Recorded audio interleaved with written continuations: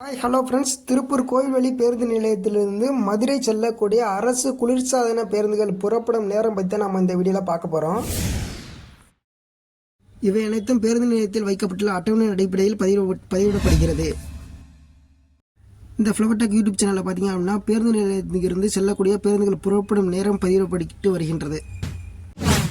திருப்பூர் கோயில்வெளி பேருந்து நிலையத்திலிருந்து மதுரைக்கு செல்லக்கூடிய குளிர்சாதன பேருந்துகள் புறப்படும் நேரம் பார்த்தீங்க அப்படின்னா காலை 6:25க்கு 8:40, 10:35, மதியம் 1 மணி, மதியம் 1:30, மதியம் 2:30, இரவு 8:45, இரவு 10 மணி, நள்ளிரவு 12:30 ஆகிய நேரங்களில் பேருந்துகள் இயக்கப்பட்டு வருகின்றன. திருப்பூரிலிருந்து மதுரைக்கு குளிர்சாதன பேருந்து இயக்கப்பட்டு வருகின்றன.